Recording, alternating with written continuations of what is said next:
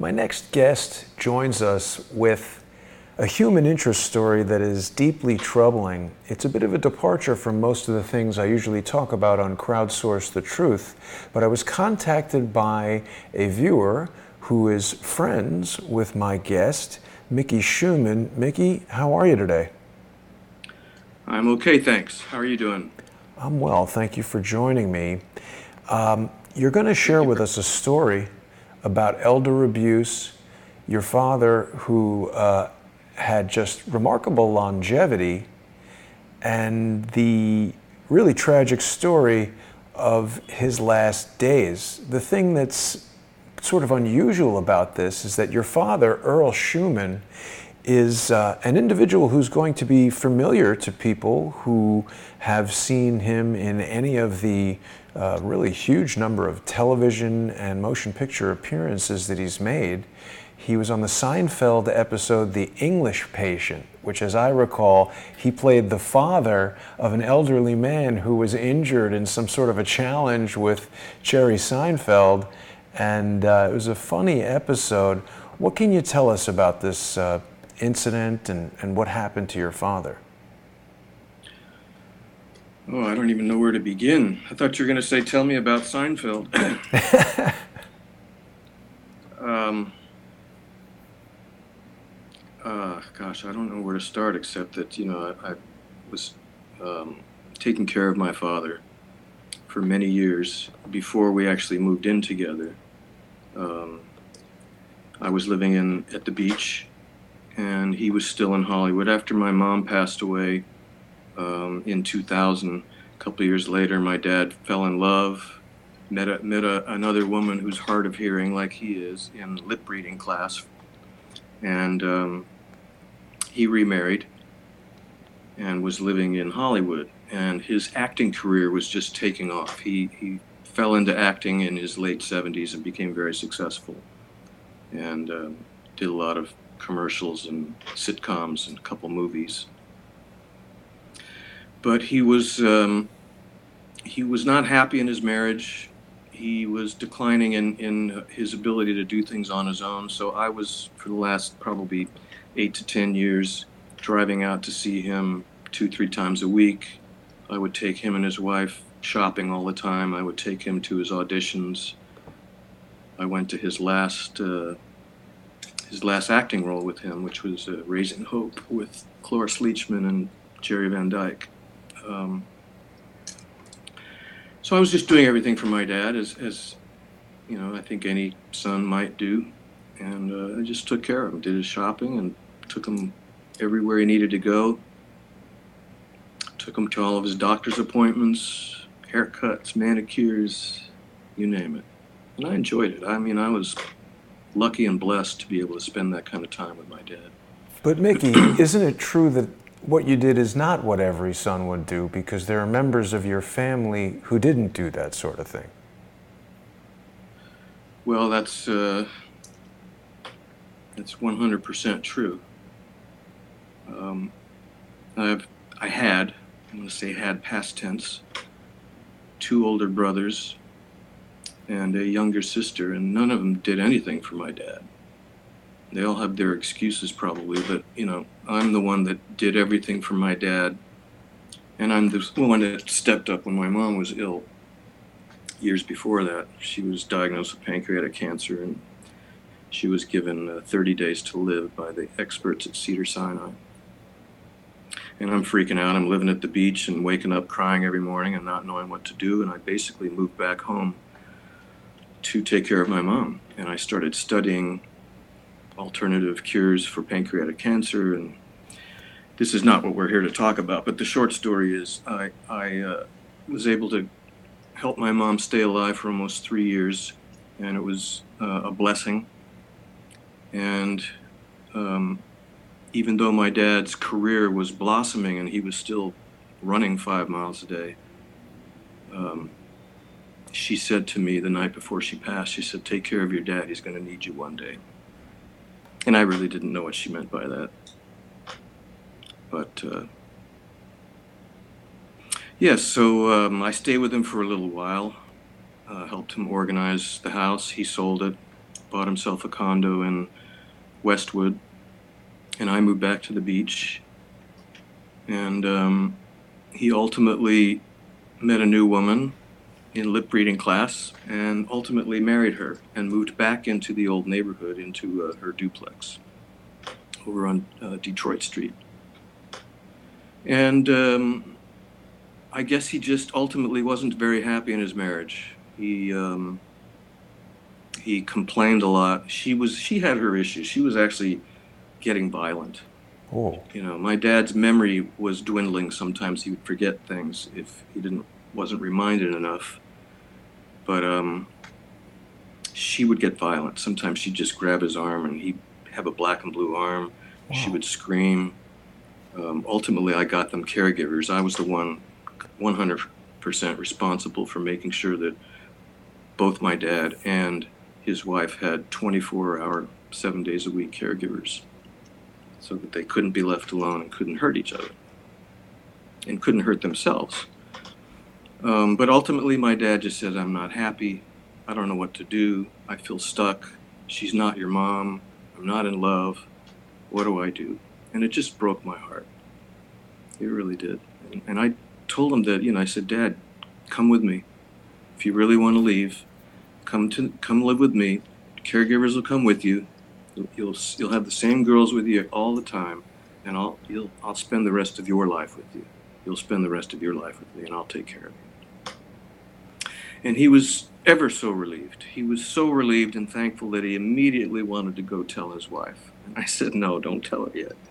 Let me find the right place first. So that was a very tough decision to make. I didn't make it hastily. He made the decision ultimately, but it took probably 6 or 8 months before we ultimately made the move, because I wanted to make sure that it was really the right move and that it's really what he wanted. How can you imagine being in your 90s and wanting to leave your wife? My God. Yeah. But there were a number of occasions where, and I would write it down. I still have all the notes. I have notes. My dad was hard of hearing, but I actually I don't want to say I invented something, but I put together a bunch of gear that all of the experts said would never work. My dad's expert ear doctors and his hearing aid doctor said it wouldn't work. My dad would never hear music again, but they were wrong, and I was able to set this device up that I could literally speak softly with a microphone in my hand. My dad had headphones on over his hearing aids, and he could hear me talk. Wow. And he could respond. It was just a miracle. And he was able to listen to music again. For the last several years of my dad's life, unlike the previous 50 years, wow. My dad listened to music every day, classical music. And Micky, your dad lived to be 100, is that accurate? Yes. Yeah. That's amazing. He lived to be 100. He'd always said he was going to live to be 100, but at his 98th birthday, and if you go to that YouTube channel where you can see the party, it's an hour movie I made for him, I reminded him that he said he was always going to live to be at least 100. And that day he said 102. That's good that he was in such good spirits. Oh yeah, people can go to this. The truth is, he could have made it beyond 102.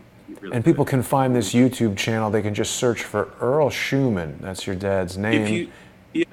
If you just search for Earl Schuman, SCHUMAN, you'll find a channel. But what I did was I listed all the commercials and movie roles that I could find. But if you go to the 98th birthday party clip, what that is 4 15-minute consecutive segments. That's the only way I could get a 1-hour movie on YouTube without paying for it. That's the movie I made for my dad.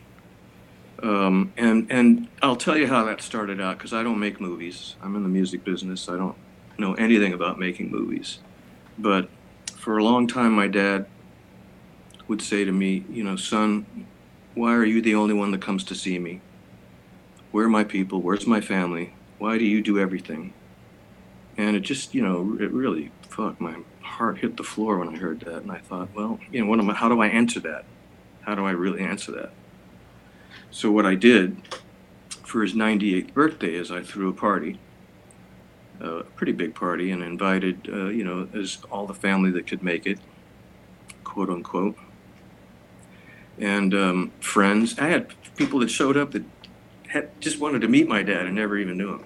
And my intention originally was to just make a movie of people walking into the living room with the cameraman that I had and just going up to the camera and talking to my dad one-on-one, so I could, here's dad, here's your people, here's everybody. So you could see this, whenever you wanted to. You could watch cousins and nieces and nephews and whomever sending love and thanks to my dad. That's how it started. But being the creative, nerdy guy that I am, I just started getting really creative with it, and I started adding family photos. I started adding clips of his movies and commercials. I put some music to it, put a little humor to it, and yeah, I swear to God, on both my parents' grave, if I had all the money in the world, I could never have given my dad a better gift. He watched that movie every day. I had a 65-inch TV, big TV at home, and he watched it every day, sometimes 2 or 3 times a day, blasting it. My neighbors always knew when my dad was watching his movie. And it just brought you. If you saw the smile on his face when he would watch it, it just brought back memories. I remember one time he pointed out, "That's me," at the beginning of his movie, and it was him as a little boy. When my mom died, it was very, very tough for him, and I stayed with him. We all mourned differently. I know it was very, very tough for him, but he never talked about my mother again. He never mentioned her name, never talked about her. The only time he ever mentioned her was when he wanted to leave his wife and said that she's not your mom. But he never mentioned her name, never said a word about her. One day I'm sitting at my computer, I'm working on some music, I have my headphones on, my dad's in the living room in front of the TV, and I hear him screaming, and he's got the biggest smile on his face, and he goes, "That's my wife, that's my woman, her name is Beulah." And he just had the biggest smile on his face, and so did I. It just made me realize that, your memories last forever. And I was just trying to bring his memories back because he wanted to know where his people are and why no one's coming to see him. And I guess this is the second best thing I could do for him. So, I mean, this is a very sweet aspect of sort of the last years of your father's life, but there's another aspect that's not quite as heartwarming. That aspect right there in front of you, yeah. That guy. So what Sorry. happened?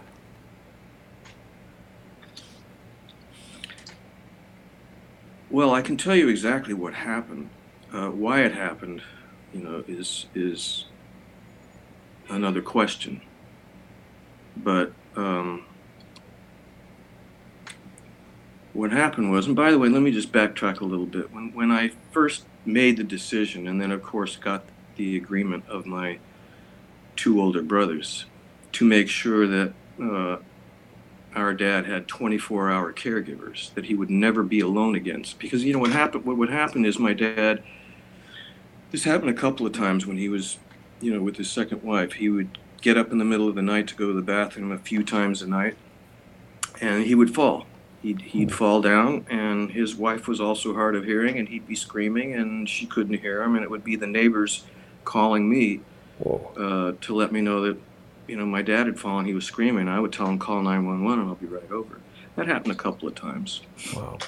And plus which, he was still, pretty strong, but a little bit dizzy. I had to take his driver's license from him and help him sell his car because he would admit to me while driving his car that he was getting a little dizzy. Yikes. And I said, "Dad, you can't drive if you're dizzy."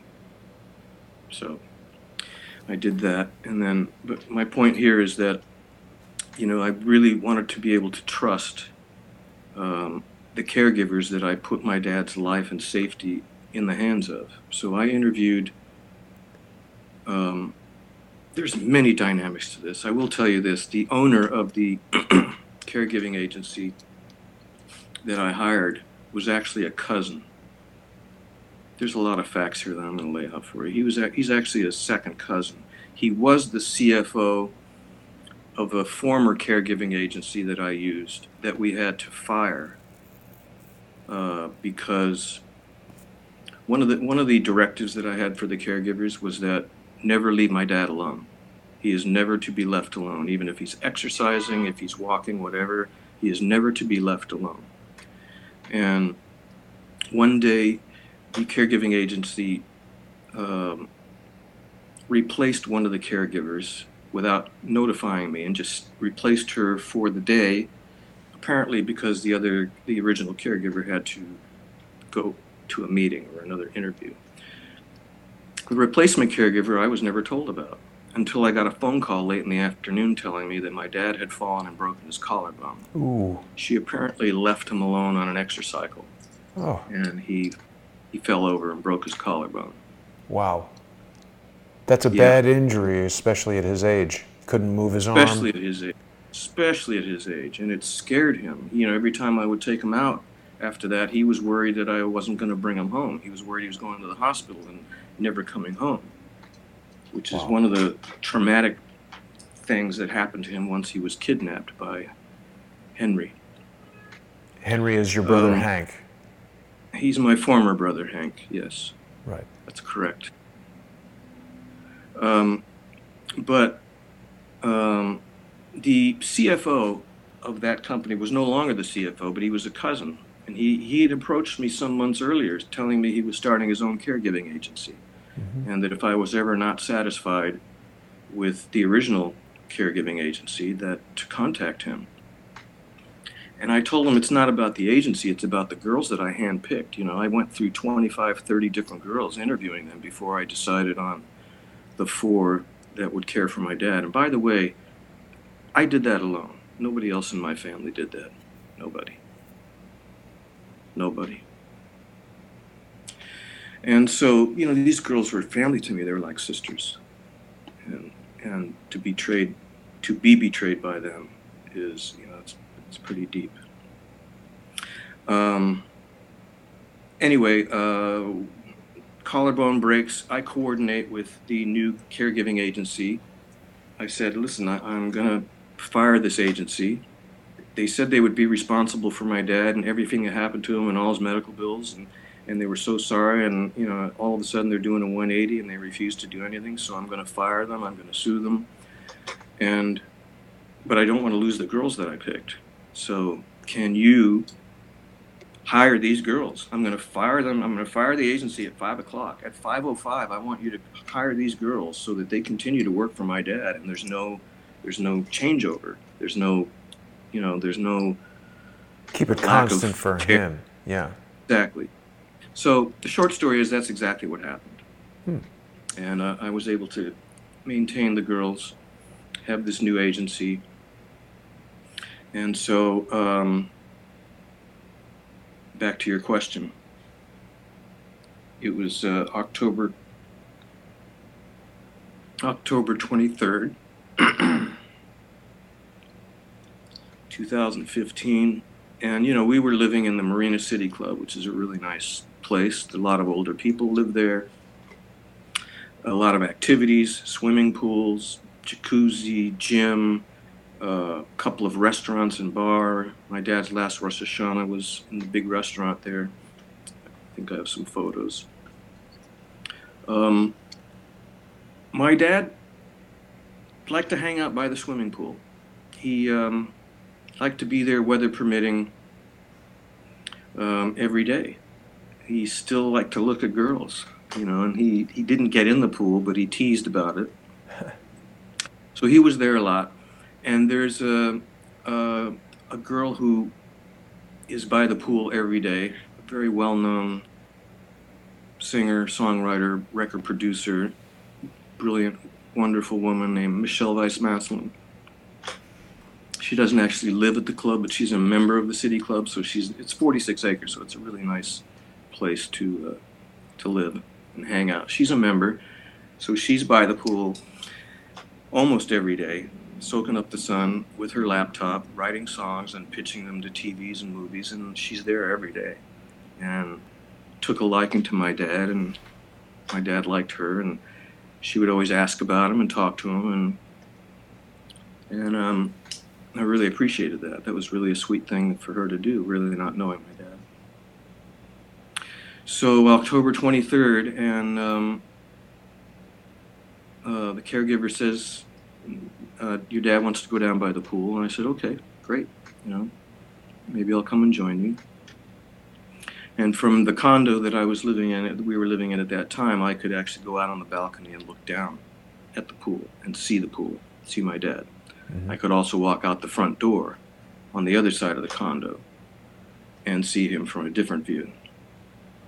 So it was about 15, 20 minutes. And I go out to the balcony and I look out and I don't see him. And I go out to the front door and I look out and I don't see him. And I don't really think much of it. I just walk out and go down to the pool. And my dad's not there. And I say to Michelle, Michelle, have you seen my dad? And she said, well, yeah, he was just here, but he said he wanted to go back upstairs. He wanted to go home. I said, okay, thanks. So I come back to the condo, and they're not there. There's nobody there. And I walk back downstairs, and I start doing laps around the property. It's 46 acres, and I immediately get on the phone calling the caregiver. And, that's when I'm starting to panic. There were signs my brother was losing his mind before this, but I never thought it was going to come to this. And if you want to, I'll give you the pre-story. But these are the facts, and this is what happened. I'm looking for my dad, and he's missing. And the caregiver's not answering the phone. And Henry's not answering his phone. And the owner of the caregiving agency, Lee Reines, and the name of the company is Eris Cares in Santa Monica. My cousin, who is responsible for my father's well-being as the owner of the caregiving agency. He tells me he doesn't know where my father is. I don't know where your dad is. Your brother won't tell me. Well, yeah. So, that would indicate that obviously he knew your brother had your father with him. Well, he was doing everything he could to posture himself so that he wasn't going to tell me where my dad was. So what I believe in the conspiracy that they all had, caregiver was obviously in on it. They set it up saying, okay, this is it. We're doing it today. Get dad out of there. We're going to pull up in a car and put him in a car and take him out. And that's what they did. Well, why though? What was their purpose? To get his will, his money, or what did they want to do?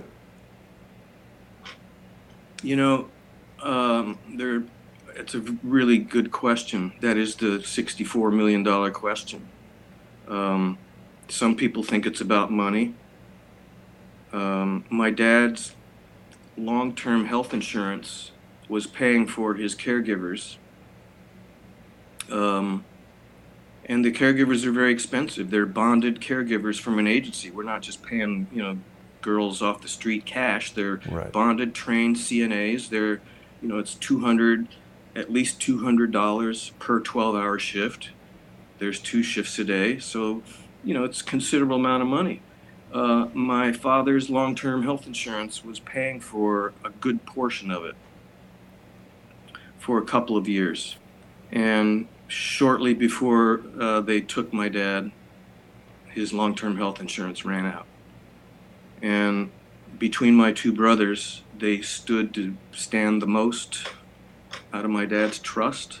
So most people think that they just wanted to shorten my dad's life, and clearly my dad was going to live a lot longer under my care. My dad had a totally organic diet. He had protein shakes with every meal.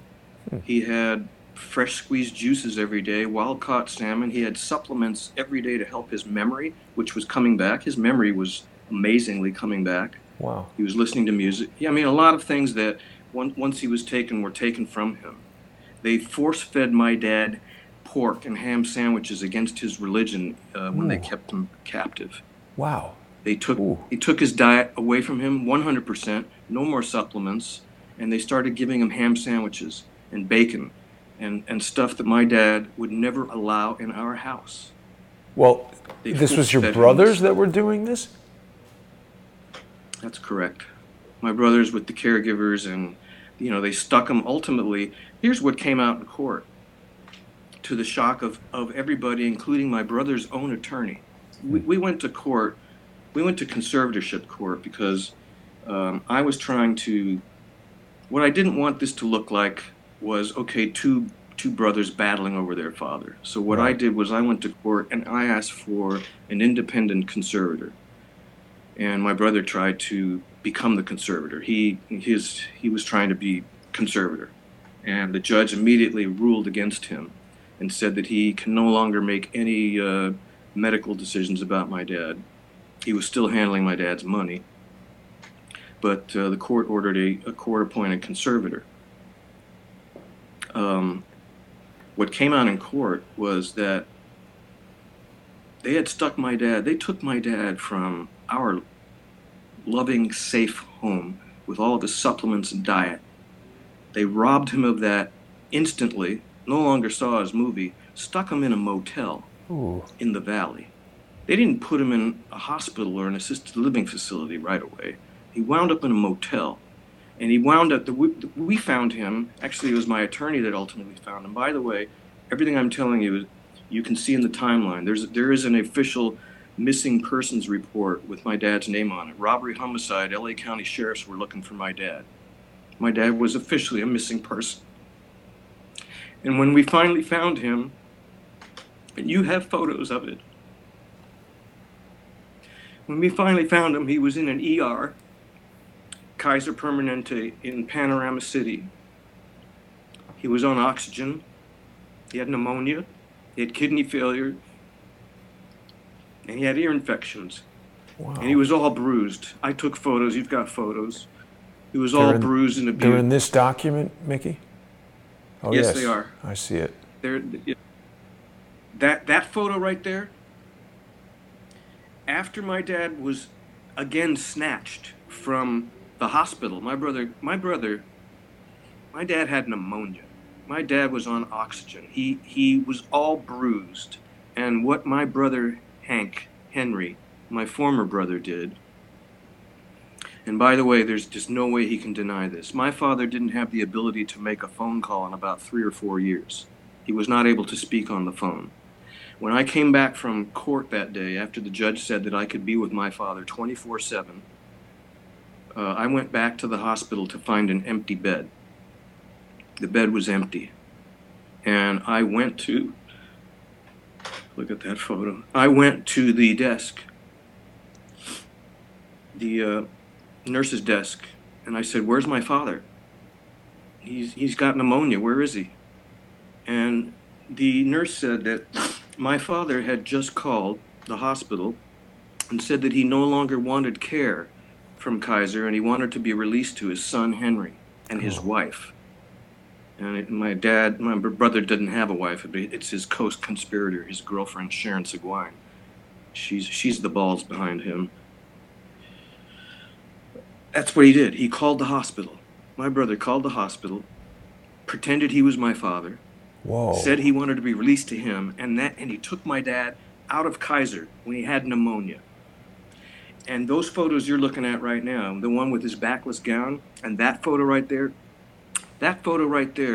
is when 2 hours later, because my attorney called me and said, "I found your father. He's in a caregiving facility up in Santa Clarita, which is around the corner from where Henry and Sharon live." They snatched my dad out of the hospital and didn't even put clothes on him. They didn't even dress him. They kept him in his emergency gown. He still has his emergency name tag on him. They snatched him out of a hospital when he had pneumonia, and then they stuck him in that bed 40 miles away and left him like that. You tell me that's not elder abuse? It's disgusting. It makes me sick to this day. Micky, what was your relationship with your brothers like growing up? Excuse me one second. Sure. Yeah, take your time. It's a troubling story, for sure. You know, both of my brothers are older than I am.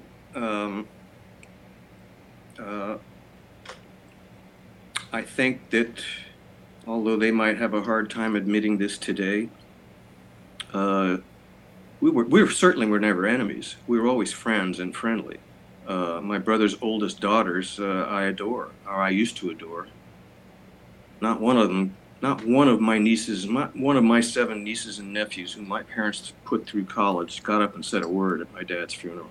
Whoa. Not a word. But in answer to your question, my brothers and I were always friendly. In our very young age, I got beaten up a lot by Hank, junior high, on the bus on the way home. Just bully stuff, nothing I ever really took to heart or held against him, because as we got older, I really became his big brother. He was the one that always came to me for advice. That's what they did to my father. You look at those before, look at that. Just disgusting, man. Are these bed sores? What are we looking at here? How could they be bed sores that quick? I don't know. What are they? There's obviously this, probably somebody grabbing him and just being impatient with him. He looks very... I have lots of documents that you don't have there. I have a lot of audio and some video of the abuse that my father suffered at the Summerhill assisted living facility in Santa Clarita. Wow. Begging me to bring him home. Nurses slamming the door in my face because he's screaming. Wow. But, you know, as we got older, my brother Henry went through a number of hard relationships, heartbreak. He always came to me. He never went to Richard because Richard didn't have that much experience. Richard, you know, admittedly is kind of the nerdy one of the family. Kind of spineless, which he admits. He let Henry do all of this stuff. He was just spineless, knowing he's going to come into some money, and couldn't stand up. Even when I pointed out the fraud that Hank was committing with Kaiser, claiming that he was my father, before my dad was ever in the hospital. And I showed Richard documents proving that Hank was committing fraud with Kaiser. He wouldn't stand up to him. So, yeah, I thought we had a fairly decent relationship growing up. I mean, I was kind of the big brother most of the time. I will tell you this, and I'm not here to spread any untruth. I'm here to get to the truth. How could my former brothers ever do something like this to their own father? It's shocking. I just can't wrap my head around it unless it's some revenge against me or revenge against him. They couldn't have done anything worse. And I want to tell you something else that I tried to point out to my attorney, who couldn't and wouldn't address it in court. There are a number of ways he failed, and we'll get to him and we'll get to the judge. I don't know if we'll do that today, but the judge admittedly did something wrong. I'll tell you about that. But Hank, claims to have brain damage. He literally, and I have cousins who will verify this, he jokes about it. He calls it brain damage. He doesn't even call it brain damage. He calls it brain damage. And he says that he can't think clearly. He gets dizzy. Other things that I don't know, other symptoms that I'm not aware of, but he has been claiming it for more than 20 years. And he's been to many doctors. And his reasoning for his quote unquote brain damage is that for 25 years, he was a mechanic for the state of California, repairing trucks and repairing cars and motors. And he claims that because he was around so many chemicals for so many years, that it's affected his mind and his way of thinking. Now, you seem to doubt do I that. accept that as pardon me? You seem to doubt that. Here's what I feel really. I don't care if it is true. Maybe it is true. It's no excuse for what he did to my father. If he does have brain damage, if there's something really wrong with him, then go get some help. Right. But what you did to our father is not forgivable in this life. I don't care what your excuse is. There's no excuse. You don't torture your father to death over 5 months and say that I got brain damage and that's why you did it. That doesn't work. You know, he's never going to admit that that's why he did it. But I don't know how else to explain how you could do something like that to your own father. And then laugh about it when you're feeding him ham and pork. They laughed about it in the hospital. Wow. You witnessed that, laughing? I not only witnessed it, I have it on video. I've got it on an old phone that I can dig up and find. Was your father, sorry, Mickey, so obviously your last name, we've seen pictures of him wrapping tefillin and wearing a yarmulke. Was he kosher? He was not. But he didn't eat pork. Never allowed pork and ham in the house. And whenever we could buy kosher, we would buy kosher. Right, okay. And always organic. Right. But never growing up and never ever. No processed in meat, definitely not ham sandwiches. No ham sandwiches, no bacon, no pork. You don't live to be 100 years old eating bacon and ham sandwiches. Pardon me? You don't live to be 100 years old eating bacon and ham sandwiches. No. And they were at the assisted living facility. Even after all of this, I'm telling you, they continued. I have photos and I have witnesses who came with me. I never went there alone. So everything that I tell you that happened at this Summer Hill assisted living facility is provable and documented in letters. The abuse that my father suffered up there at the hands of their own nurses is witnessed, testified, and photographed. And I have audio. There's an audio clip in the file that you have there. If you can copy and paste it and click on it, you'll hear my dad telling me he wants to go home. You'll hear my dad not cooperating with the nurses, and you'll hear the witnesses that I'm with. Well, I have much worse audio that I haven't posted. That's just okay, you heard that. excruciating. Okay, you've all heard that. I'm playing it now, Mickey. My dad, Are you able to hear it? Try to bring you home as soon I'm as playing it possible. now. Are you able to hear it? I promise. No, I'm not. 38 on Sorry, hang on. Saturday afternoon. That's okay. After Thanksgiving. Now can you hear it? You heard him. Maybe I might have it coming out the wrong output, but we hear you talking to him. I want to go home. I know, Dad. Yeah, this is in one. Yeah. I'm gonna try I don't to hear bring it, you but go home ahead. soon, I promise. I'm gonna try to bring you home soon, but not today. I'm sorry. Tomorrow night's I dinner. want to go home. I know, Dad. Huh? I know. I want you to come home with me, Dad. That's what I'm trying to do, like I promised. Okay. Okay? Oh, he doesn't sound well. He doesn't sound well, Just Mickey. said- We can hear him moaning, saying he wants to go home, and you respond and he can't hear you well. I'm so sorry, Mickey. Listen, anytime you want to stop, you just say the word. I'll stop when my brother's in jail. Maybe.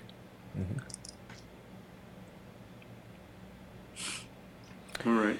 This Summer Hill Assisted Living, they have many locations, it seems. Do you have an active lawsuit against them? No.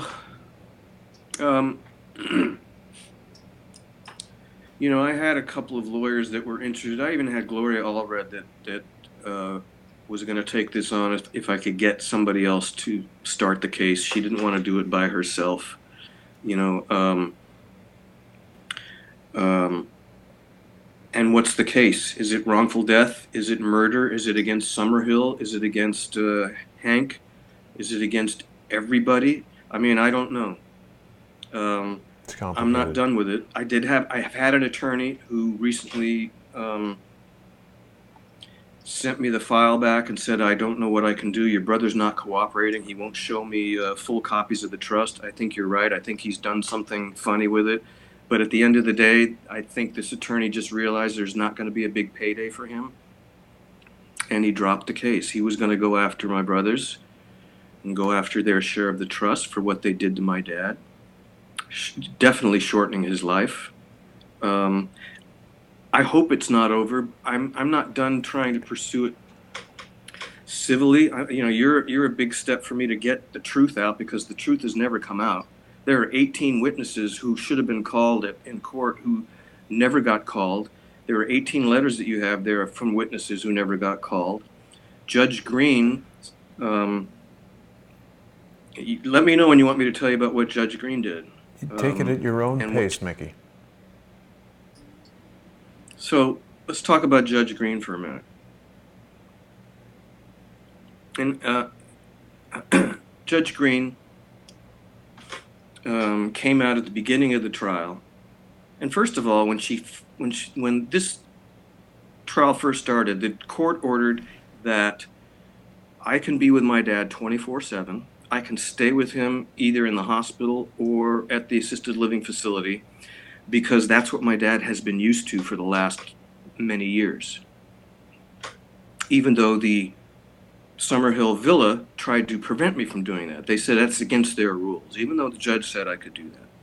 So the judge also ruled that they wanted to set certain visiting hours so that Henry and I would not run into each other. So Henry was supposed to be gone by 1:30, so when I show up at 2 o'clock, we don't run into each other in the hallways. There had been problems at the facility between you and he that they were aware of? Just to make sure there wouldn't be any problems. There were problems. When they'd be showing up when I'm in the middle of a conversation with my dad, and my brother's girlfriend would grab my dad's wheelchair while I'm in the middle of a conversation with her and wheel him away. Whoa. Yeah, she did that. My dad was afraid of her. Oh. My dad actually said in front of witnesses that he is afraid of my brother. Whoa. And you can please talk to these people, because I'm my dad's son and I'm one side of the story, but I guarantee you it'll be a lot more powerful when you talk to these other witnesses. So Judge Green orders, like I said, so that we don't run into each other. Judge also comes out and says this is going to be a 2-day trial, and I had 18 witnesses. I was allowed to call one witness, and it was my dad's personal trainer, not even a nurse or a doctor or anybody else. Why did they disallow the other witnesses? I don't know. It's a good question. The judge said she didn't want any duplicative, is the word she used, duplicative testimony. So if there are 10 people that are going to say they saw my dad get abused, she didn't want to talk to all 10 of them. But doesn't it seem like if there's 10 people who say it, that's stronger than if there's one? You would think. You would think. Let me continue, because this Sure. is going to blow you away. Yeah. So in this trial, I have an attorney. My brother has an attorney. There's a conservator that's appointed by the court. She has an attorney. And then there's a court-appointed attorney for my dad. And by the way, I just want to tell you this. The attorney that I got, I called a number of people. And Glory Mickey, was... Sorry. So your father's appointed an attorney by the court. Is it a criminal proceeding? No, it's a conservatorship trial to determine who is going to be in charge of taking care of my dad. So it's a civil proceeding. I don't understand, because I've recently been told by a judge that in a civil proceeding you don't have a right to representation. Why did the court appoint an attorney for him? I don't think this is a civil proceeding. Got it. So it's not criminal, it's a specific type of thing, conservatorship. Yeah, conservatorship. So my dad was appointed an attorney to represent him. Interesting. And by the way, the conservator came to my house, came to our home. The court-appointed attorney for my dad came to our home and toured the home and looked at his bedroom and his clothes and the refrigerator and the whole property. And they both sat in my living room separately but with me and said, I don't understand this. I can't wrap my head around this. Why would your brother take your dad out of this lovely home? I just don't get it. Neither one of them understood. So the Because I'm sure these people are used to going to homes where they go in and it's a wreck and the guy's clothes are dirty and there's no food and they say, we have to take this person out of the home. But in your case, they saw a loving son who was financially able to care for his father, had all of his effects in order, and was taking care of him, so they were perplexed. Perplexed, as is everybody. Some people just say, well, there is evil out there. There is evil. But anyway, the judge said 2-day trial. On, at the end of the second day, I still haven't testified yet. And so the judge says, okay, this is going to go to a third day. So third day comes, and I believe I'm telling you this accurately. And by the way, each attorney gets to ask each witness questions. They get to be examined, they get to be cross-examined, and then my dad's attorney gets to also ask every witness questions. And then at the end of the trial, she is supposed to make her recommendation to the judge.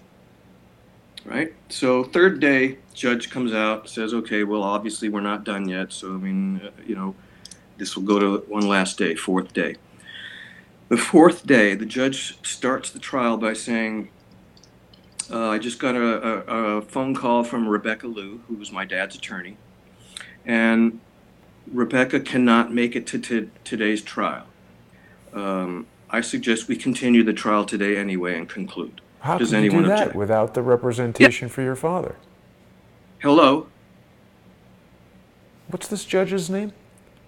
Judge Green, Leslie Green. In Los Angeles. Correct. Downtown Superior Court. She's retired now. Huh. Yeah, I bet. Well, she doesn't really look like she's retirement age. I've thought about suing her. This is her, yeah? I can't see. Can you move it? This is Honorable Leslie Green. That's her. Yeah, I guess that's her. Attorney she had and lighter judge. hair in court.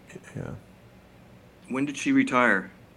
Well, I don't know. It says Honorable Leslie C. Green, R-E-T, I presume means retired. Signature resolution. I don't know what this is, but 35 years of experience as an attorney and judge. Honorable Leslie C. Green, R-E-T, excels at resolving probate and commercial business litigation disputes. Well, let me tell you what she did. She comes out and she says, my dad's attorney cannot make it today. I would like to continue the trial and end it today. Does anyone object? And quite honestly, let me backtrack a little bit. I hate to throw mud, but I'm going to honor my dad's memory no matter what. And if people faulted my dad or were negligent, and even if I like you, I'm calling you out. And so let me backtrack a little bit. Yeah, sure. I was going after Howard Dershowitz as well. Is he related to Alan Dershowitz? I'm sorry, Alan Dershowitz, not Howard. Oh. I had actually gotten a hold of Alan Dershowitz, and Alan's brother actually is the rabbi in my dad's temple, which is another story that I'll tell you about his funeral, which was just, insult upon injury. So I was looking for a high-profile attorney. I was looking for somebody powerful, somebody who would be aggressive. I did talk to Alan a couple of times about it, and I was hoping to get him and Gloria together. Wow. But then I got a call from Carrie Kasem, Casey Kasem's daughter. And I'm not sure, are you familiar with Casey American Kasem, the Top DJ? 40, sure. Yeah, so um, um, I guess she went through something similar, not really similar, but she had heard about my dad being missing. She called me at 11 o'clock one morning, and I'm on the phone with her, and she's sharing with me some of the stuff that she went through with her dad and trying to bring him home and trying to find him. And I mean, literally, we're two people who've never met each other sitting there crying on the phone. Wow. And she said, I've already talked to my attorney about your case. And as soon as we hang up, excuse me. She said, as soon as we hang up, I want you to call him. He wants to talk to you. And his name is Troy Martin. And Troy, I got on the phone with him shortly thereafter. Very compassionate, wonderful guy. Out of all of the attorneys that I spoke to, he was the most angry. He was angry. About the circumstances. He was just, he unlike everyone else. I mean, everyone else was, yeah, you got a case and, you know, blah, blah, blah. We need $20,000. And Troy was the one who was just immediately angry. He was pissed off. He said, I want your case. And he literally said, the fact that your dad, this is not paraphrasing, this is almost quote unquote. He says, the fact that your dad was taken without his consent, the fact that he was taken without his ability to understand that he was being taken, is the definition of kidnapping. And I'll never forget that. Nobody else said that. Other people said abduction and blah, you know, other words, but he used the words kidnapping. And, you know, that had an impact on me. And so I did pick Troy, and I believed in him from day one, and continued to. Unfortunately, I think he dropped the ball. And I say this with all due respect. I still want to go out and have a drink with the guy. We've talked about it, but you know, it's hard for me because I really do think he dropped the ball. How do we have 18 witnesses and we don't get to call them? We only call my dad's personal trainer. So he was your attorney there in the conservatorship hearing? He was the attorney, and we never got any witnesses on the stand except my dad's personal trainer. We didn't. What did he say about that? Why did he allow that to occur? I think he'll throw it back at the judge. You know, the judge didn't want any duplicative testimony, and she said we have to be out of here in 2 days. And honestly, those reasons are not the real reasons. I think here's what I honestly think. And I could be wrong. Troy, if you see this, prove me wrong. You know, I think he's just going to say, you know, your dad was 100 years old, and how much longer did he have to live? And that's how, you know, he's going to say the same thing that a lot of other people said. But I think the truth is this. He had his agenda. His agenda is with Carrie Kasem. Carrie has been traveling the country with Troy, getting bills passed in Congress. And the bills are about visitation. You know, her problem was that her stepmom was hiding Casey from the family and keeping her from visiting her dad. That's how I understand the cases, that his wife was preventing Carrie and others from visiting Casey. And so she started this movement to get bills passed in Congress across the country for visitation, family visitation, for people to, you know, be able to have permission to visit their family. So they're getting notches in their belt by getting these bills passed, by, you know, reuniting my dad and me. And I think that's where he dropped the ball. I think he found my dad, got me back with him, although not in our home. And although my dad was being tortured daily, I think he just, whether he did it consciously or just because he was too busy doing other things, this case should not have ended the way it did. Is it possible that he realized he wasn't going to get anywhere with the judge? And I mean, it's complicated, these I court think cases. it's absolutely possible, because I saw something that was kind of troubling to me during one of the court appearances. It was actually after the court appearance, and I'm walking out. I'm walking out past, behind the judge's chambers, exiting the building, and I see Troy and Judge Green outside the door of her chambers, chatting and chuckling and giggling and like they're really good friends. And that was troubling for me. I thought, well, they're really chummy. So what's that all about? And now that we're on this subject, well, I know I'm jumping around, but let's go back to the court-appointed attorney for my dad. The judge, Troy was a little hesitant when I judge wanted to continue the trial that day without my dad's attorney, and I insisted that Troy and I go outside because I think he was about ready to say okay. And I had to twist his arm a little bit, and he may deny that. He may say, "No, I was going to object," but what I recall is that it wasn't adamant. It wasn't quick. It was like, "Wait a minute, Troy, let's go outside," and we had to have a discussion. And I basically said the same thing I just said to you. Rebecca had the opportunity and the right to hear everyone be examined, be cross-examined, and ask questions herself, and then make her recommendation to the court. Rebecca, your father's attorney. Yes. She has to be able to do that with me. Otherwise, how can the judge make a decision? It seems ridiculous to proceed with one of the participants not being represented by their attorney. That just doesn't seem like something that should happen. Yes, sir. Yes, sir. Nail on the head.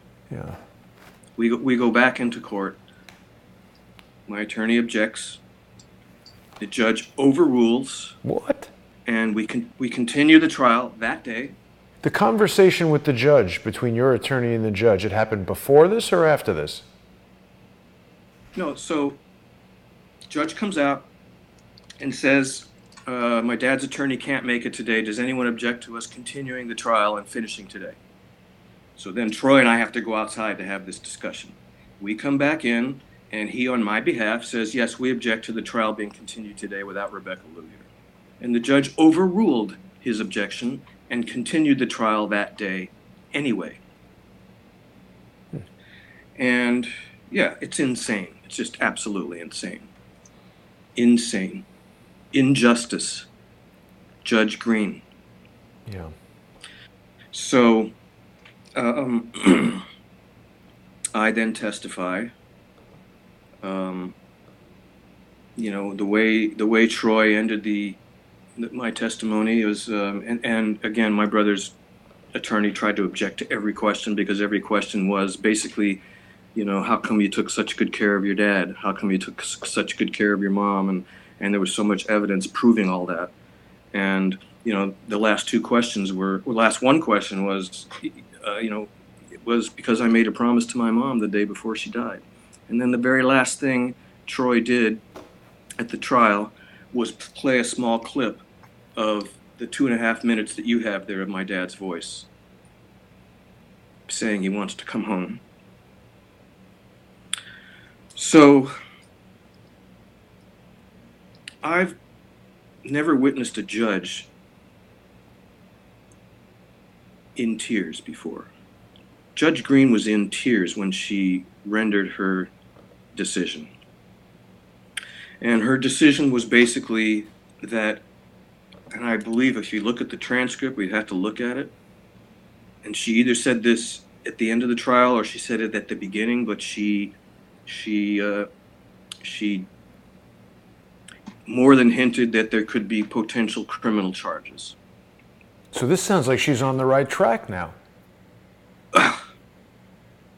She said that clearly it was wrong, if not criminal, that my father was taken from his home. Mm-hmm. She made that clear. Then she said that because of the condition that my father is now in, that she would be afraid to move him, and that it seemed that he was in a safe place. And she is crying. She's got tears rolling down her face when she made that decision not to move my dad back home. And at that point, your father's in the motel, or what? Where was he at that No, no, point? no. He's now in the Summer Hill Assisted Living Facility. Right. He's been there now for a couple months, being force-fed ham and pork. That was never stopped. They kept feeding him that shit. They never gave him his supplements again. No more protein shakes that he had. No more movie that he enjoyed every day. They took everything from him. They just took his life from him and stuck him in a room and watched him die. Jeez. Sped up his death. He was on 10 new drugs, which are listed in that report you have. He was on 10 new drugs at the assisted living facility that he had never had before. 10. 3 of them you don't give to elderly people because it can cause psychosis.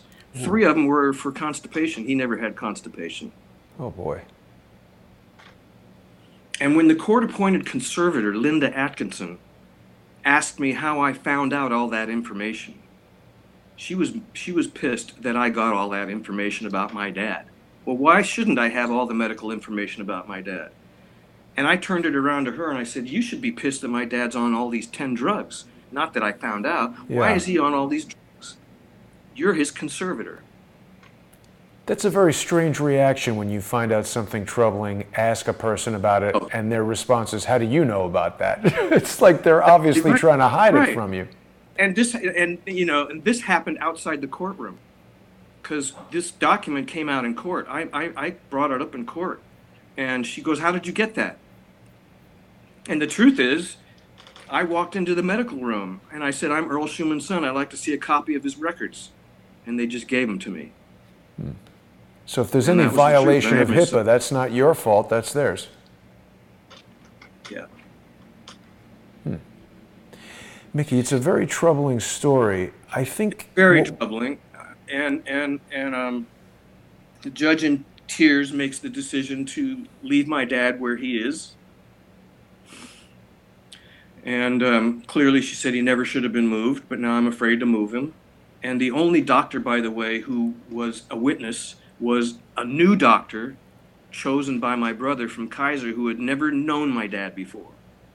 So he visits my dad once or twice and makes a diagnosis of... Wasn't your father allowed to speak for himself? He was present there in the courtroom, wasn't he? No, he was not in the courtroom. No, it would have been too much for him. Couldn't hear and it, he would probably. not have understood. Yeah, it's difficult to hear things in a courtroom. They're very quiet, I think, deliberately. It's not only that. It's not only that. The dramatic change in my dad in the 1 month that he was missing is just unfucking believable.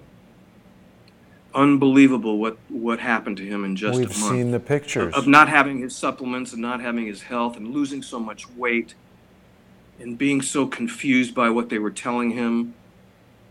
No longer his memory, healthy memory stuff. Yeah. They destroyed him. Micky, it's a really, really troubling story.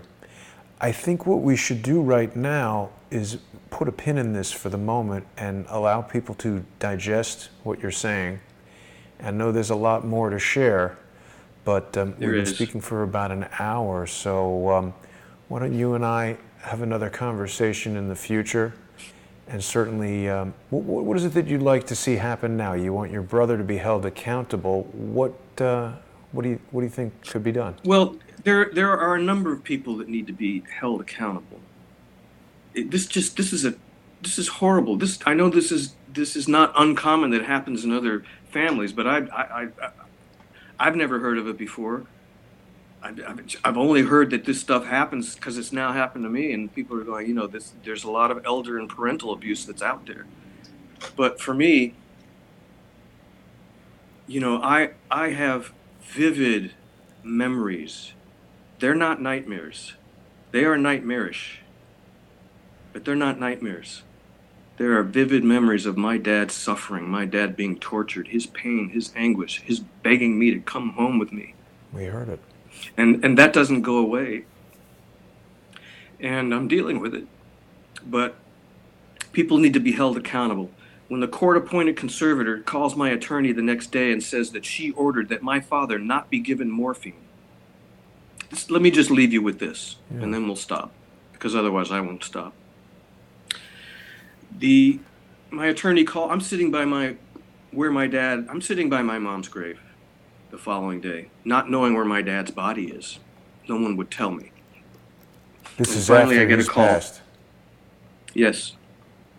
It's the next afternoon, and I'm sitting by my mother's grave, and it's 4 o'clock or so in the afternoon, and Troy Martin calls me, and Troy says, Mickey, I just got a call from Linda Atkinson, and she's a little troubled.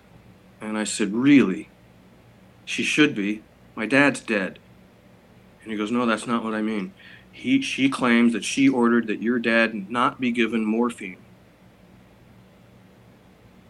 And I said, well, Troy, my dad was given morphine, and he's dead. Now, let me rewind the day before.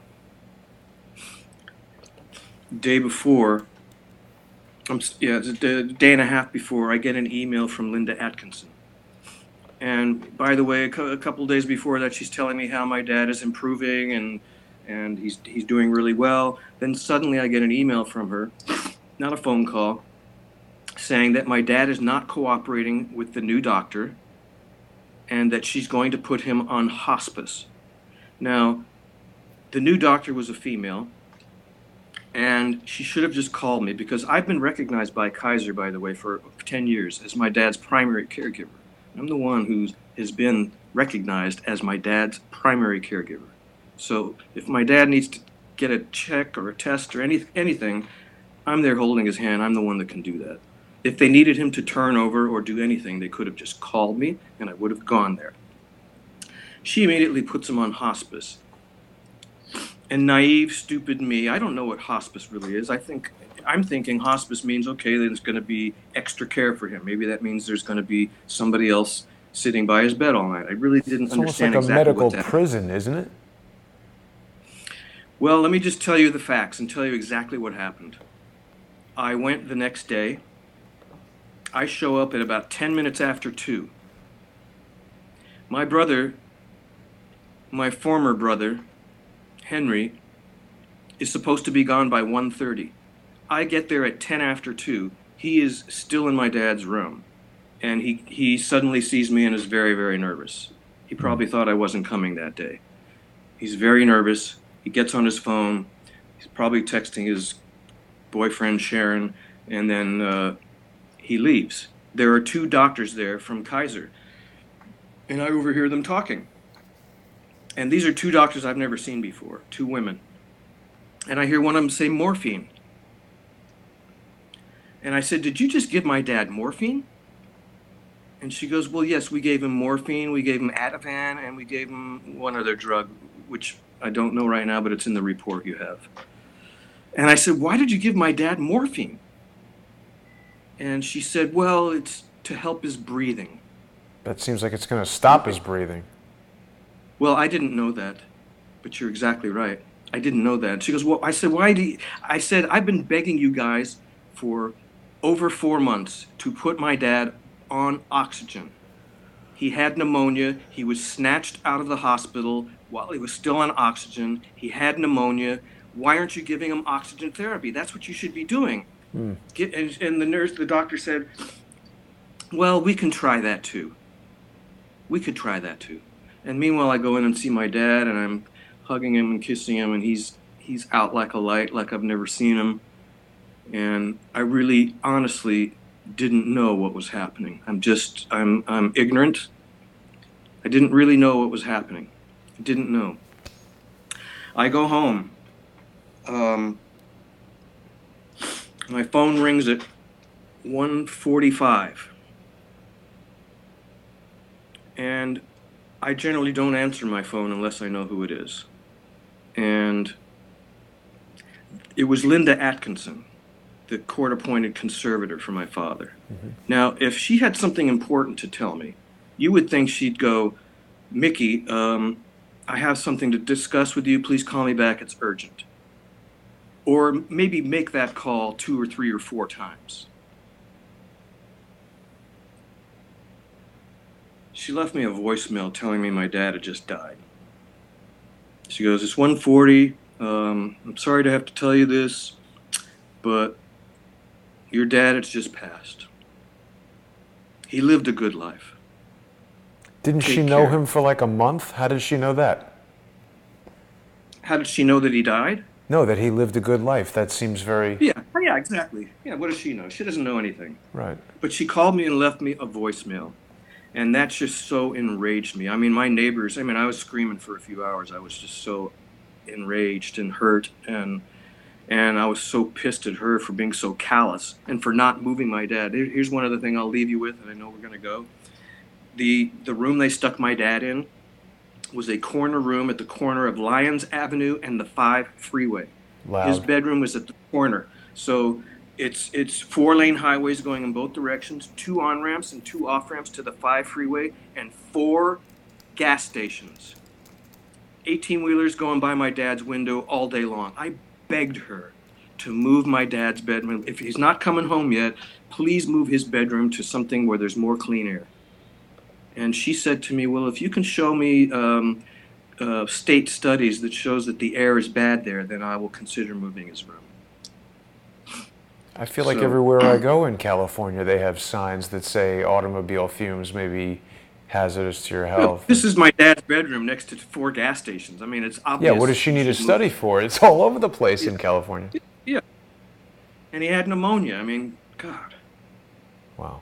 So, anyway, my attorney called me the following day or two because I was so angry at her. You piece of shit. How dare you tell me that's how my father died? And I took that recording because it was a voicemail and I put it on Facebook to show what a low-life, careless person she is. And she called my attorney and said, slander and this and that and the other. And he called me up and I said, it's freedom of speech. She knew she was being recorded. She left me a voicemail. Good point. And it does become your property once she leaves that. Yep. Anyway, doesn't bring my dad back, but... Mickey, it's a really heartbreaking story. It is. My dad was a tough dad. We didn't, when I was younger, like a lot of sons, sometimes you butt heads with your dad. But he was such a good man and such a righteous man. He's probably the most righteous man that I know. And I will honor him till long after I die, and I'm going to make sure that somehow this story gets out and that he gets some kind of justice, because he's never seen a day of justice. He was tortured for the last 5 months of his precious life when he should have been enjoying it. He should have watched his movie every day that brought him joy and laughter. He should have had his healthy diet till his last breath. He should have had me lying there with him. Sometimes he'd get up in the middle of the night and just, his caregiver would come get me and say, your dad wants to talk to you. And I would talk to him 2, 3 in the morning. Sometimes he'd just hold my hand and say, don't leave. And I'd lie in bed next to him. That happened a lot. They tortured him the last 5 months of his life.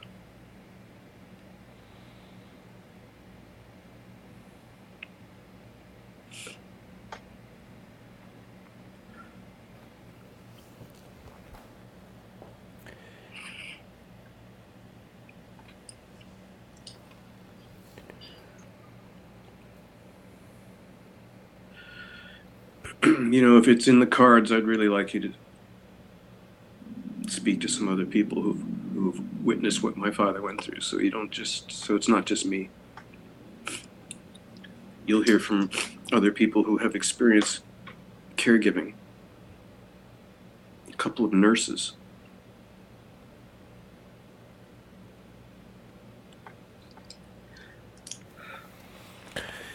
Micky, let's put a pin in it now, and you and I will continue talking. And Thank you. thank you for sharing the story. Take care of yourself. Thank you.